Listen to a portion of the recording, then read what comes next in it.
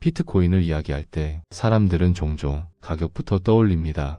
얼마까지 오를지, 지금은 비싼지, 아니면 아직 늦지 않았는지. 이 질문들은 늘 빠르고 늘 조급합니다. 하지만 오늘 이 시간에는 조금 다른 이야기를 해보려 합니다. 가격이 아니라 시간에 대한 이야기입니다. 비트코인은 얼마나 오를 수 있을까가 아니라 이 시간을 어떻게 견디고 있는가에 대한 이야기입니다. 시간은 모든 것을 시험합니다. 유행을 지나가게 만들고 한때의 혁신이라 불렸던 기술을 조용히 낡게 만들고 사람의 확신을 조금씩 깎아냅니다. 처음에는 모두가 믿었던 것들이 어느 순간 아무도 찾지 않는 것이 되기도 합니다. 시간은 늘 공정합니다. 그리고 늘 냉정합니다. 그렇다면 비트코인은 이 시간을 어떻게 견디고 있을까요? 먼저 비트코인의 정체부터 차분히 살펴보겠습니다. 비트코인은 회사가 아닙니다. 국가가 만든 제도도 아닙니다. 누군가가 운영하고 관리하는 서비스도 아닙니다. 비트코인은 규칙입니다. 누군가의 판단이 아니라 코드로 작성된 약속이고 그 약속을 지키기로 합의한 사람들의 선택입니다. 이 차이는 생각보다 큽니다. 회사는 대표가 바뀌면 흔들립니다. 국가는 정권이 바뀌면 정책이 바뀝니다.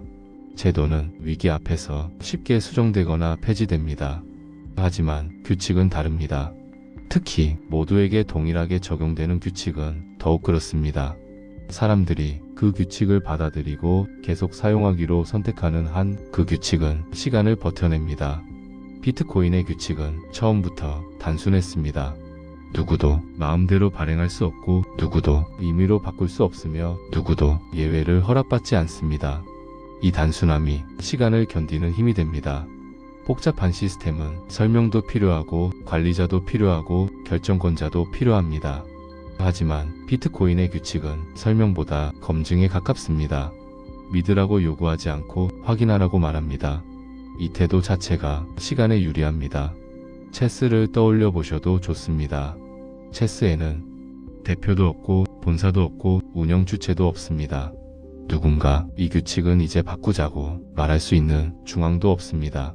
그럼에도 수백 년이 지나도록 체스는 사라지지 않았습니다. 사람들이 그 규칙을 계속 받아들이고 있기 때문입니다. 비트코인도 이와 비슷한 성격을 가지고 있습니다. 누가 시키지 않아도 누가 강요하지 않아도 그 규칙을 계속 사용하는 사람들이 존재합니다. 그렇다면 비트코인은 무엇으로 이 시간을 견디고 있을까요? 많은 분들이 이렇게 생각하실 수 있습니다. 채굴기 때문일까? 가격 때문일까? 거래소 때문일까? 하지만 조금만 들여다보면 그 어느 것도 핵심은 아닙니다. 비트코인을 지탱하는 것은 노드입니다. 전 세계 곳곳에 흩어져 있는 수많은 컴퓨터들이 각자 비트코인의 규칙을 저장하고 검증하고 동의합니다. 이 과정에는 허가도 필요 없고 신청도 필요 없습니다. 누구든 참여할 수 있고 누구든 떠날 수 있습니다. 이 느슨함이 아이러니하게도 아주 강한 구조를 만듭니다. 누군가 한 대를 끄면 다른 누군가의 컴퓨터가 그 자리를 채웁니다. 한 지역에서 문제가 생기면 다른 지역에서 계속 이어집니다. 중앙이 없다는 것은 관리자가 없다는 뜻이지만 동시에 없애야 할 대상도 없다는 뜻입니다. 시간은 중앙을 공격합니다. 시간은 권력을 시험합니다. 하지만 중앙이 없는 구조는 공격할 지점이 없습니다. 이 구조는 시간에 강합니다. 여기서 이런 질문이 떠오릅니다. 기술은 시간이 지나면 낡아지지 않나요? 아주 자연스러운 질문입니다. 우리는 이미 수많은 기술이 시대의 뒤편으로 사라지는 모습을 보아왔기 때문입니다. 하지만 비트코인은 조금 다릅니다. 비트코인은 완성된 제품이 아니라 살아있는 프로토콜입니다. 여기서 중요한 것은 살아있다는 표현입니다. 비트코인은 유행을 따라 업데이트되지 않습니다.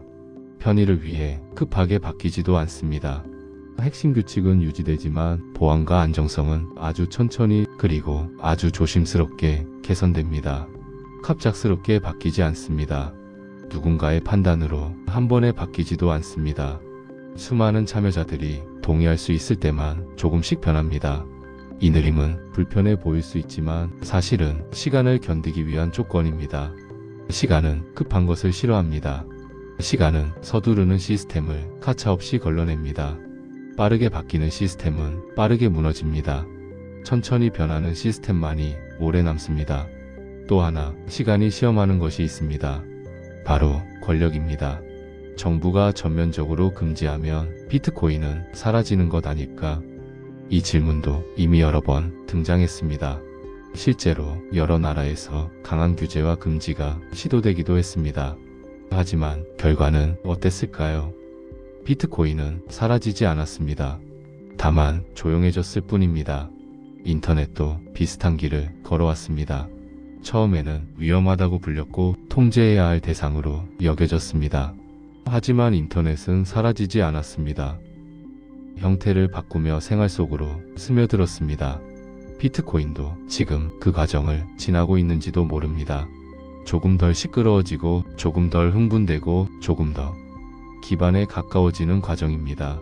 시간이 흐르면서 비트코인의 역할도 조금씩 달라지고 있습니다. 처음에는 실험이었고 그 다음에는 투기 대상이었고 지금은 조용한 기준이 되어가고 있습니다. 모두가 열광하지 않아도 모두가 사용하지 않아도 그 자리에 그대로 남아있는 것. 이것이 비트코인이 시간을 견디는 방식입니다. 그렇다면 비트코인의 수명은 무엇에 달려 있을까요? 가격일까요? 유행일까요? 채굴 보상일까요? 아닙니다. 결국 사람들이 왜 이 시스템을 필요로 하는가에 달려 있습니다. 돈의 가치가 계속 변하는 한, 국가마다 규칙이 다른 한, 국경을 넘는 이동이 더 많아지는 한, 비트코인의 역할은 사라지지 않습니다. 비트코인은 모두를 부자로 만들어주기 위해 존재하지 않습니다. 아무에게도 수익을 약속하지 않습니다. 다만 한 가지는 분명합니다. 이 규칙은 쉽게 바뀌지 않습니다. 그리고 이 사실은 세상이 복잡해질수록 더 큰 의미를 가집니다. 마지막으로 이런 생각을 해봅니다. 비트코인이 시간을 견딘다는 것은 어쩌면 사람의 감정을 견디는 것일지도 모릅니다. 과도한 기대, 과도한 공포, 그리고 끝없는 판단 속에서도 그 자리에 그대로 남아있는 것. 아무 말도 하지 않지만 계속 작동하고 있는 것. 비트코인이 지금까지 보여준 모습은 어쩌면 그 자체로 하나의 답일지도 모릅니다. 오늘 밤은 가격 대신 시간을 떠올려 보셔도 좋겠습니다. 이 자산이 내일 오를지 내릴지가 아니라 이 시간을 어떻게 견디고 있는지를 말입니다.